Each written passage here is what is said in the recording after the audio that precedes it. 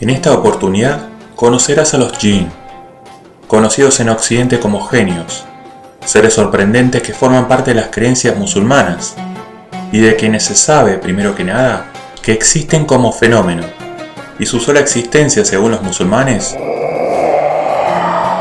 ofrece una explicación para muchos sucesos extraños o encuentros con seres mágicos. Así que prepárate y acompáñame en esta aventura, atravesando montañas y tormentas de arena en busca de los Jinn.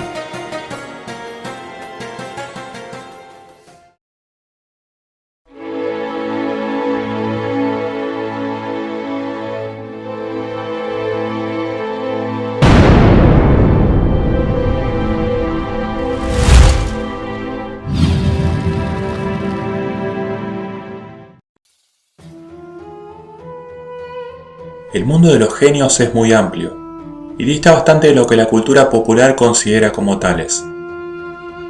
Etimológicamente, el término genio moderno proviene del francés génie, que es una traducción de la palabra árabe jinn. ¿Pero qué nos dicen las tradiciones musulmanas sobre el origen de estos seres? Pues según se relata en el Corán, Alá influyó su espíritu y creó al hombre de arcilla, a los ángeles de luz, y a los Jinn del fuego abrasador sin humo, con el único propósito de que lo adoren. Sin embargo, al igual que los humanos, los Jinn poseen libre albedrío, pudiendo elegir a voluntad hacer lo correcto o incorrecto. Habiendo de esta forma genios buenos y malvados, aún así, la mejor forma de describirlos sería como seres totalmente impredecibles.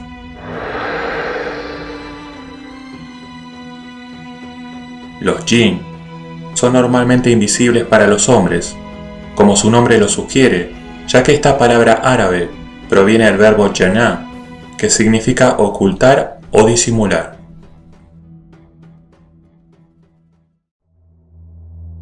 El mundo de los Jinn, el Barzaj, situado entre este mundo y el del espíritu puro, pertenece a un plano intermedio, el de la psiquis o el alma.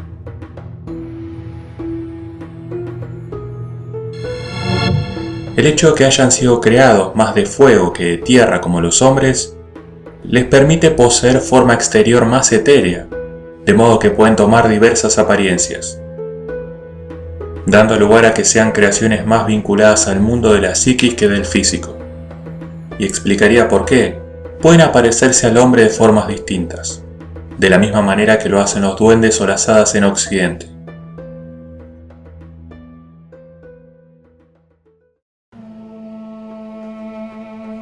Generalmente, se mantienen ocultos de la humanidad, pero pueden convivir tal como lo haría una sociedad humana, dentro de la cual pueden relacionarse, comer, beber, contraer matrimonios, tener hijos e incluso morir.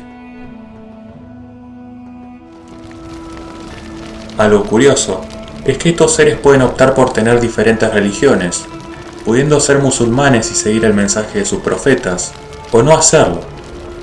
Si se trata de un Jinn mal encaminado, puede optar por la redención, abandonando sus actos perversos, para convertirse de esta forma en un verdadero fiel.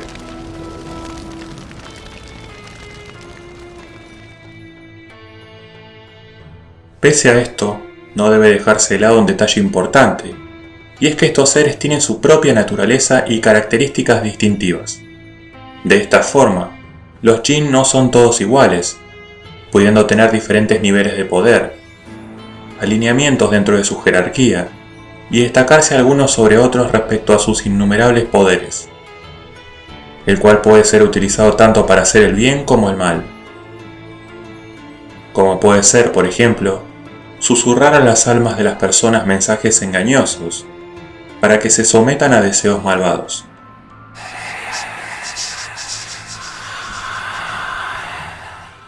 Sin embargo, queda claro que estos seres estarían sujetos al mandato de Alá y a rendir cuentas por sus actos llegada la hora. Lo más prudente es protegerse recitando el verso del trono y los 3 capítulos finales concisos del Corán. Y en el caso de posesiones, ya que se cree que pueden tomar control total sobre hombres, mujeres y niños, estos genios son conducidos hacia afuera mediante un ritual llamado Ruqyan, que consiste en la recitación de los pasajes del Corán. Algo todavía más curioso es que estos agentes de posesión podría ser un jinn que nuevamente podría ser bueno o malo. Se dice que los jinns son controlables y están mágicamente ligados a un objeto. Pero aquí en más, nos adentramos dentro de una delgada línea que se nutre de la tradición popular, la demonología, la magia, etc.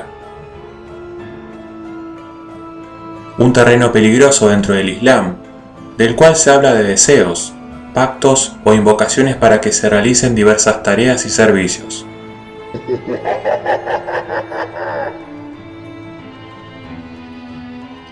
Un ejemplo claro es el del rey Salomón, que según se cita, los jinn estaban detrás de los sabios humanos en la corte de Salomón, quienes a su vez se sentaron detrás de los profetas.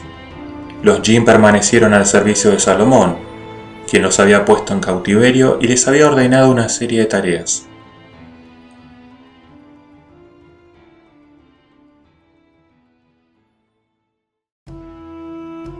La creencia en los jinn es muy antigua. Hay quienes señalan que incluso fue adoptada por los musulmanes y reinterpretada. Vestigios arqueológicos de esto podrían encontrarse en diversas regiones. Una de ellas en Palmira, al noroeste de Arabia, donde hay una inscripción aramea, en un pueblo llamado Bet Fasiet, donde se rendía tributo a un jinn, considerado por los locales un espíritu bueno y guardián del lugar.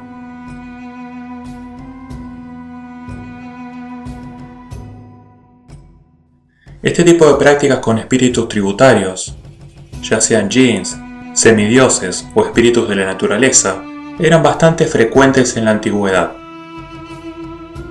En lo que respecta a la adoración de los jinn, a pesar de que muchos pueden mostrarse amables y colaboradores con los hombres, el Corán es claro y rechaza esta práctica, argumentando que Alá es el único que debe ser reverenciado y adorado.